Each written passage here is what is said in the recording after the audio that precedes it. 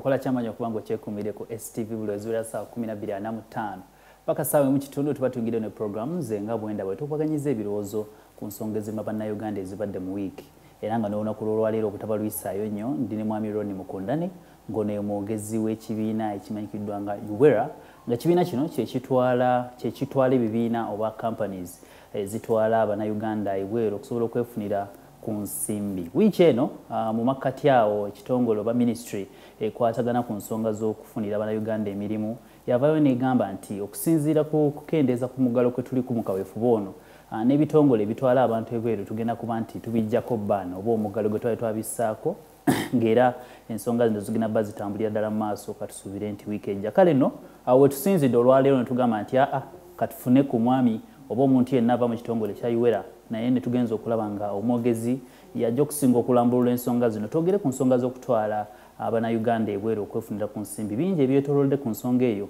wabula ng'olwaleero mu programu ze nga bwendaba we tugenda okuba nga tubifuna nkwaniriza nnyo mwami Ronnie Mukundane.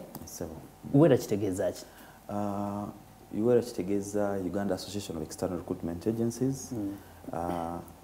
Association oba ekitongole kitwala companies zaabwe license kuva mu government okufunira abannayuganda emirimu ebweru. Mpozi nga sinagenda wala yakubuuzaako ku bantu baffe eyo okusingira ddala abalabi ba STV.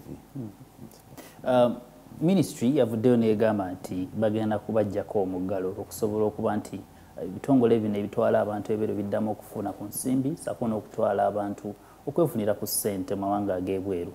Okutandika n'ekibuuzo ekisooka covid ono ng'atandika mwe yabanyiga atya mu kaseera ako twogera ku kaseera nga balangiridde omuggalo nga buli omu tagwetegekedde mubadde n'enteekateeka zammwe mulina abaana be mutwala ebweru mulina abaabuukinga edda kyabakosa batya?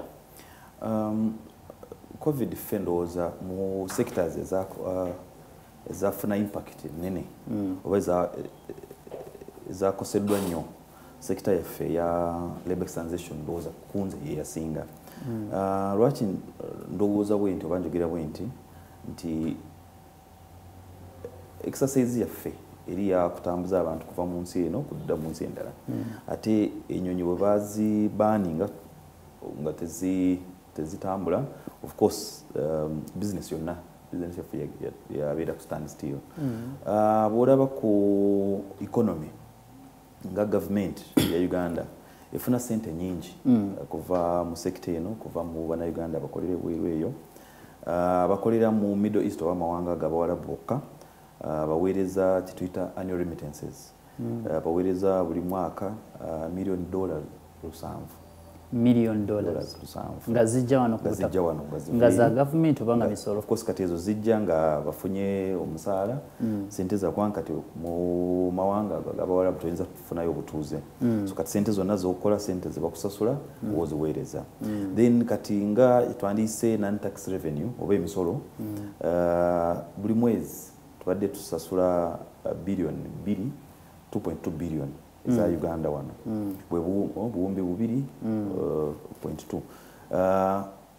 Sente ezo ziva mu sente zetusasula passports sente zetusasula government za Interpol nga sente za yellow fever ate sente zaffe enjawulo eriwo nti zivira ddala bweru kubanga kati bwe tuba tetuweereza abantu gali amawanga tegaweereza zino sente kwegamba economy eba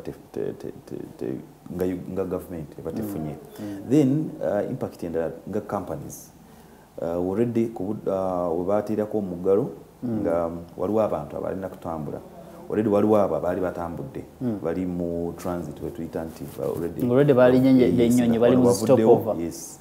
Waliwo abaali Addis Ababa waliwo abaali Cairo waliwo abaali batuuse Dubai nga of course bakyeyongerayo Saudi Arabia kati ate eri ne baggalawo so kati abonna bakomawo balinga bawera nga 100 obwo budde obwo ezo zonna nsimbi nga mu abasasula companies already sasudde tickets sasudde visas ezo sente zonna zaafa naye zino sente tezibeera ku bali abayita abakozi of course zibeeri naye kati bakuwa sente ezo bakusasula omuntu g'atuuse eri so baba tatuuse toyinza gana ate katono nze namuteekamu sente teyatuuka so sente zinsasule so impact loss ebeera ku company wano kubanga abantu abo tebaatuuka olidde waliwo abaali bakoze medicals kati abantu bayinza kuba abamu baafuna embuto abamu baafuna obulwadde nga butali bumu ne bumu so eyo loss yonna yadda ku companies. Then waliwo ne abakozi abali bakola mu companies zino.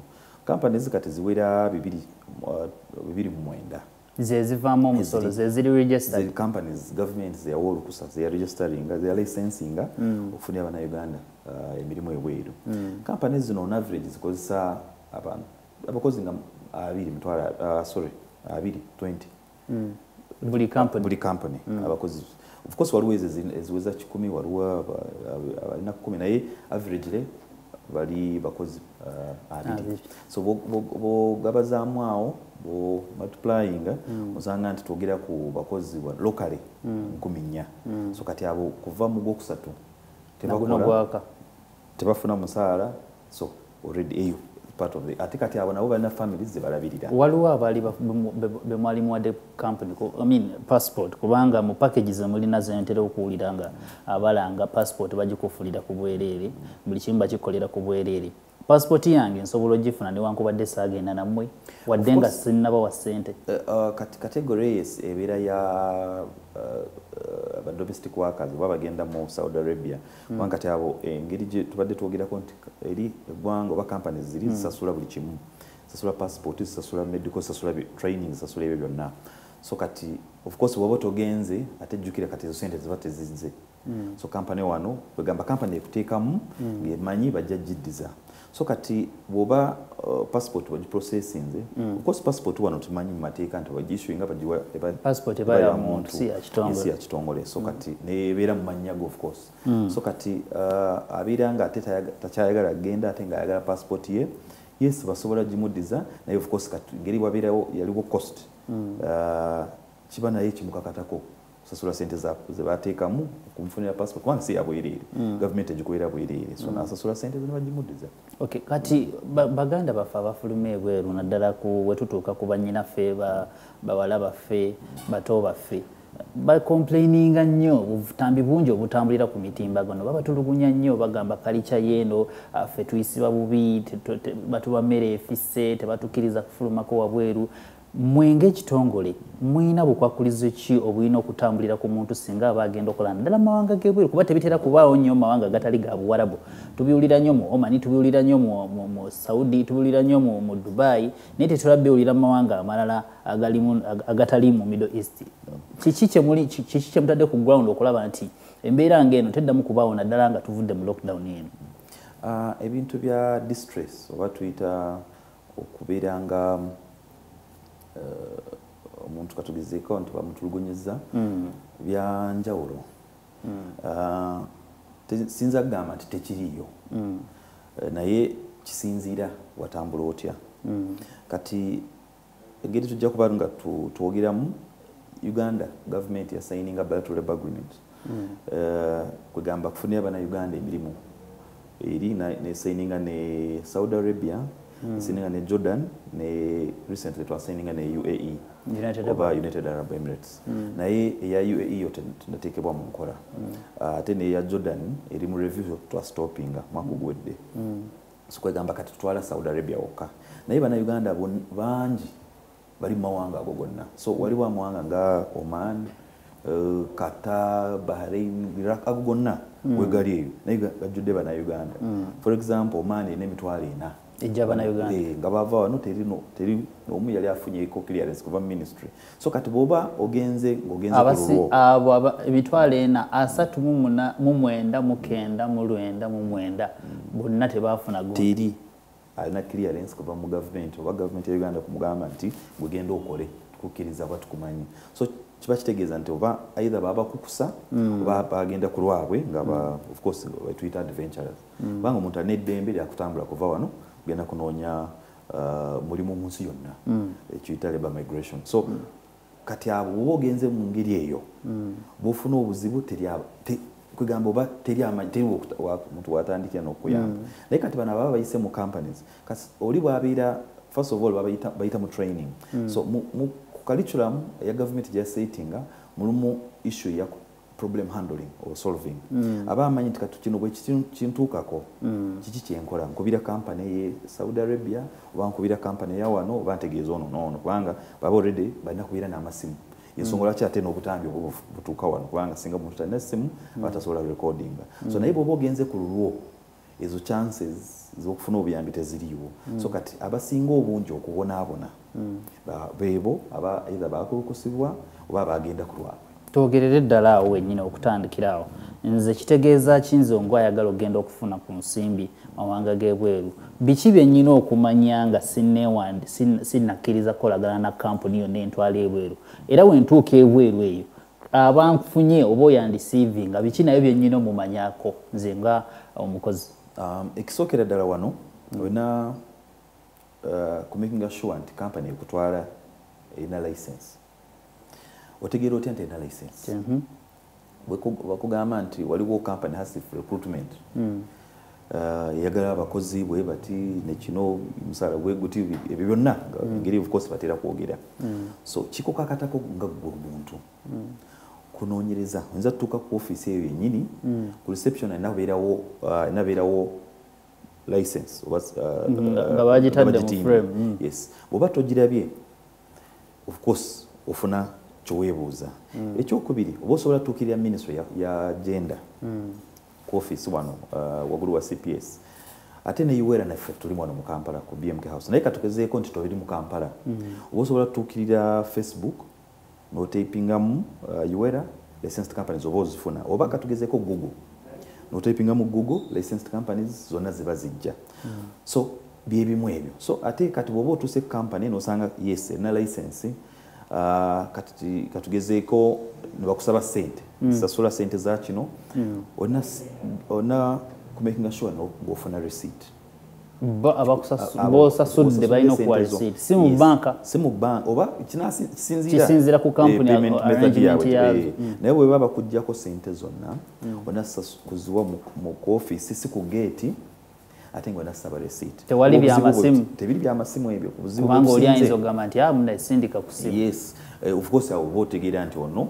si mutuufu obuzibu bwe tutera kufuna nti bannayuganda baagala nnyo oba katugezeeko oba kudelegatinga okutuma ayinza n'okutuuka ne wano ku Steve n'abeera ku reception azikulaba naye n'abeera mu parking enkukubira mwami Roni nsindise gundi ajja nkolere ku nsonga zange ate ng'atuuse ne ku kifo naye n'abeera nga so tubakubiriza nti babeere bakiteekemu amaanyi nti bw'oba osasula ssente zo making sure ofunye receipt ate bwe bakugamba nti waliwo omulimu ogenda kukola omulimu bwe guti katugezeeko abawala nti ogenda kukola mu nyumba ogenda kukola Saudi Arabia saba contract onabeera ne contract eyo ebekulaga ssente zogenda kufuna mulimu ki gwogenda kukola nsi ki gyogendamu bayinza okutuusa eri nga bagamba ogenda kukola mu nyumba n'otuuka eri ne bagamba kakati we bituuse kola gwa driver tukifunye ekyo nga tukiwuliramu of course bano ababa batambudde